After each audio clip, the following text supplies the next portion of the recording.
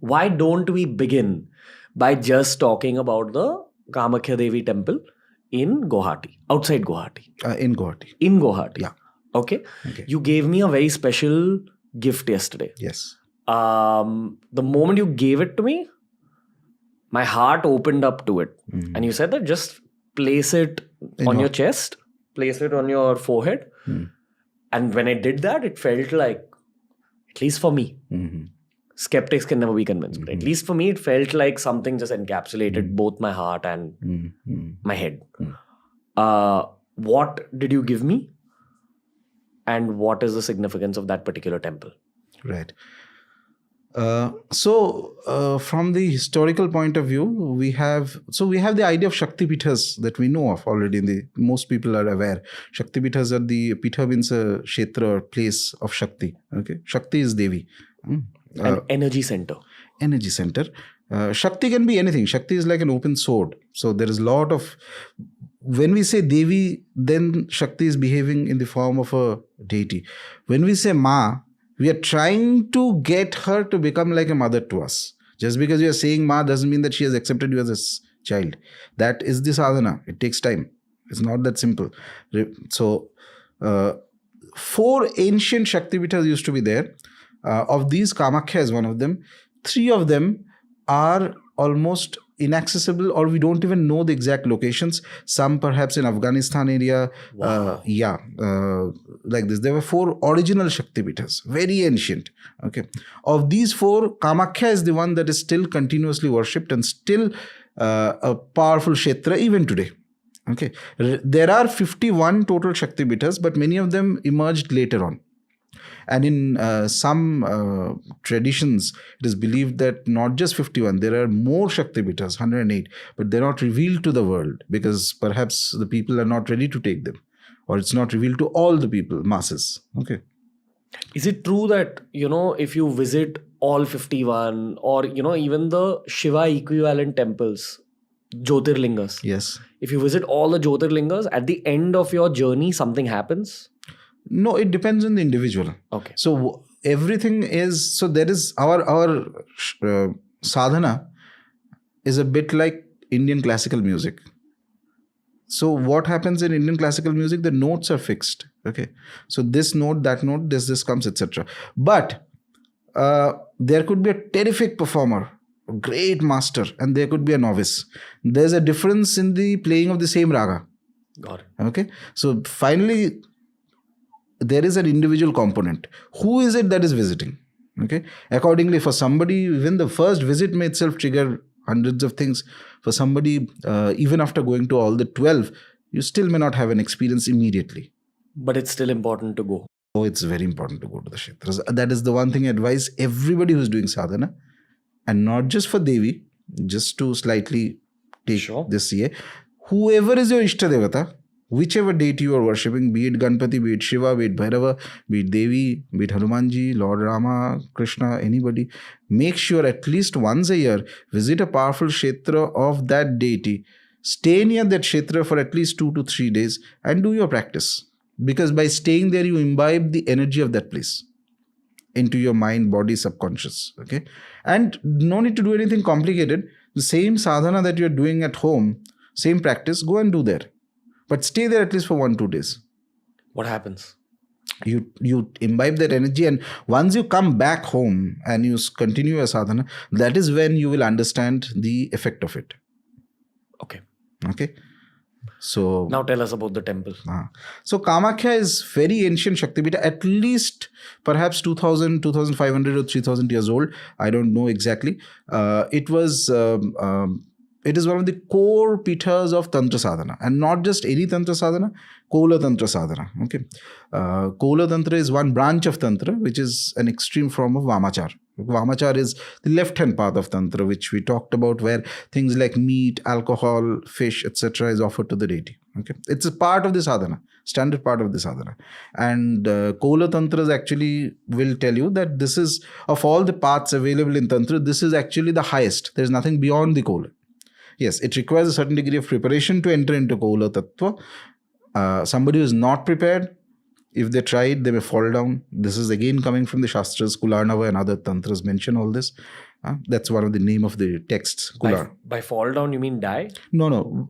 Fall down means any spiritual process. If you are not ready for that, you will have a spiritual and material fall from there. Okay. It's standard in all spiritual practices. Fall means you will come to a state which is worse than what you were starting, spiritually and otherwise.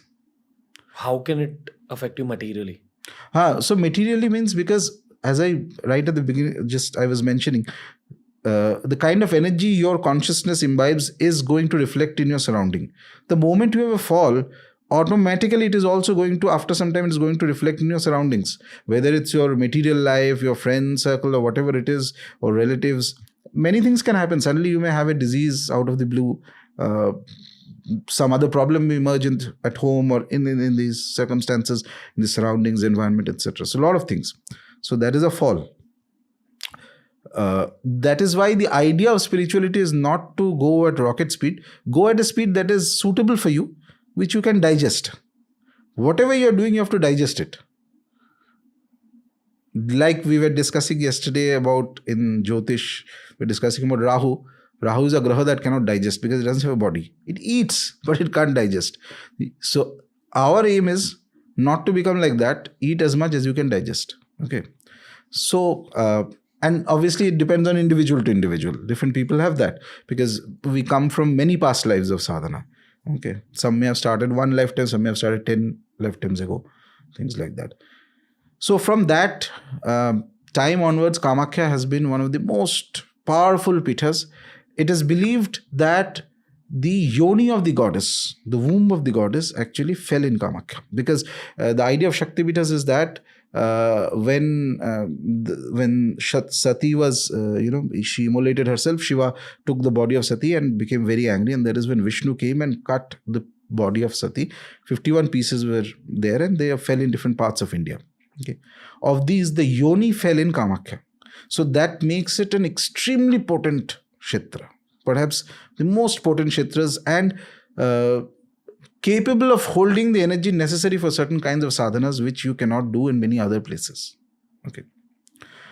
Kamakhya is one of the most important, just recently concluded festivals that happen. It's also famous for that. It's believed that once a year for 4 days, inside the Garbhagriha of Ma Kamakhya.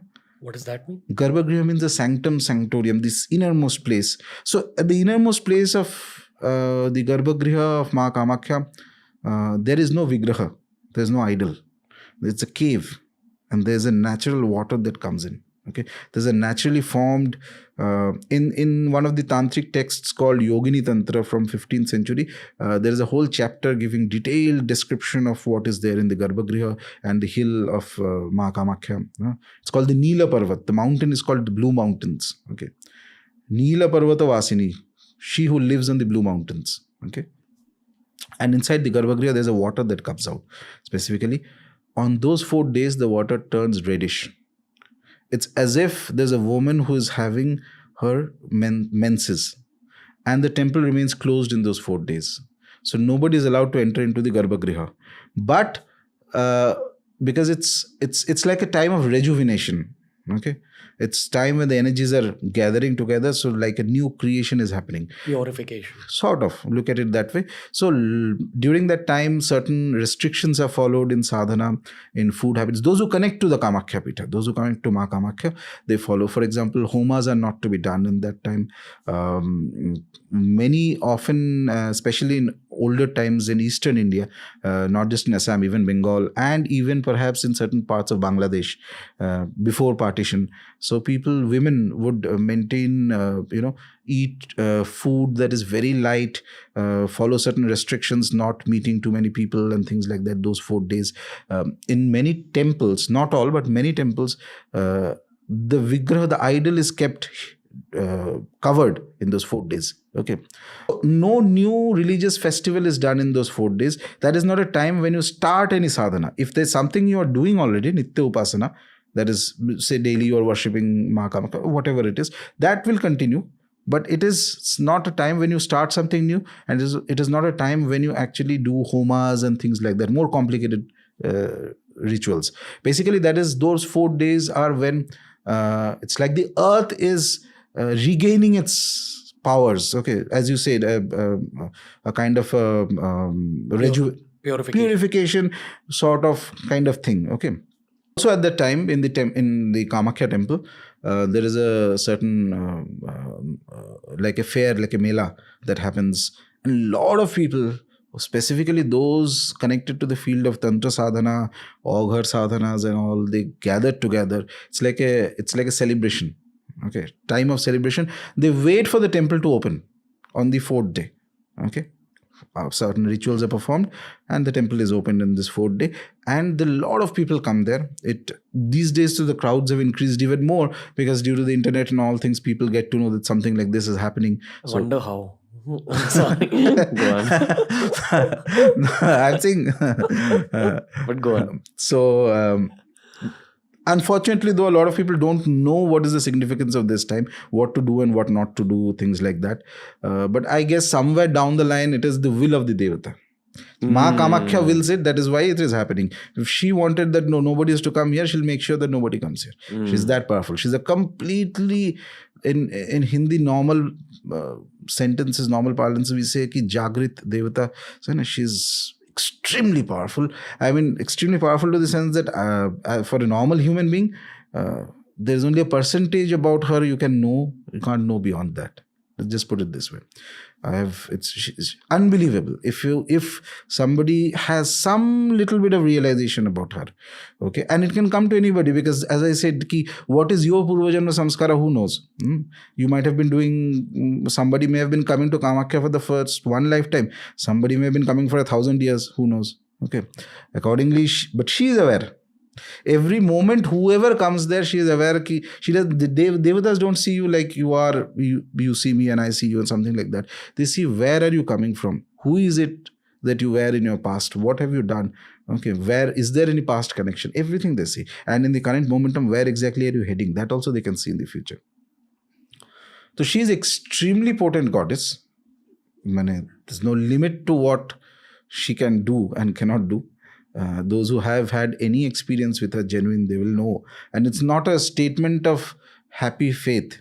So one is that I can say that, I believe in the deity and I have a lot of faith in her. That's wonderful. But there is another faith that comes after seeing some things. Then you bow down in reverence. Ki ye mazak nahi hai. This is something else altogether. Before I ask you about what you've seen, I will ask you again about the gift. Right. So coming to that point, so after the 4th day, during those 4 days when the water turns reddish, there are cloths kept there, and that soaks in that water, and that is later distributed to people who are interested or who know what to do with this. These days, that is called the Raktavastra. Rakta is blood. Cloth. Okay, cloth of blood, cloth of Ma Kamakhya. Okay. Earlier times it used to be, even now, earlier times it was a little difficult to get. These days it's more easy to get, especially people who do Tantra Sadhana. And I mean Tantra Sadhana. When I say Tantra Sadhana, I don't mean all, that Jadoo Tona type of very negative image that is created in movies. No, not that. Okay. The actual Vidya of Tantra, which is very powerful, very beautiful. For them, that is one of the most prized things. I have that cloth, if you have faith in it, it's got exceptional blessings of the mother in it. And I know a case, for example, one of my friends, he was telling me this some year or so ago. So I think it's his home or somebody close to him. So they felt that there's some negative presence in the house, some spirit or something like that. Weird things started happening. Foul smells used to appear out of nowhere. People were getting disturbed, things like that. Somebody gave them a cloth of this Raktavastra of Ma Kamakhya. All they did was kept it in the puja room. Put one agarbatti, one diya, just like that, like a deity, and just prayed to it for a few days, and that problem completely vanished. That is very, very, very powerful. It's charged with power. It's charged with her blessings. If you have faith in it, it can heal, it can do anything. It can even accelerate your mantra sadhana. There is no limit to what she can do. Okay. There is no limit to what she can do. Effectively, it's fair to say that this is a yantra. Yes, but more than a yantra. Yeah, in a way you can say it is a yantra. A yantra, for those people who've not seen the intro to Tantra episode, is effectively an instrument, a tool which helps further your tantric practices. Yes. Tantra sadhana.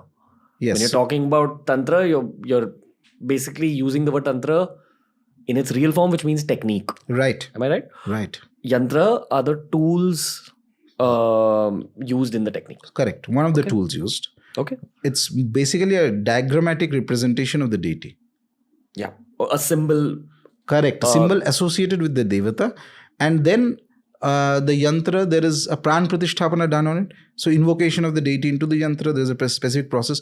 Once the pran pratisthapana is done, then the yantra is alive. Then you have to treat it like a devata. So if you enjoyed this video, make sure you check out this playlist for more videos just like this. It's TRS Clips.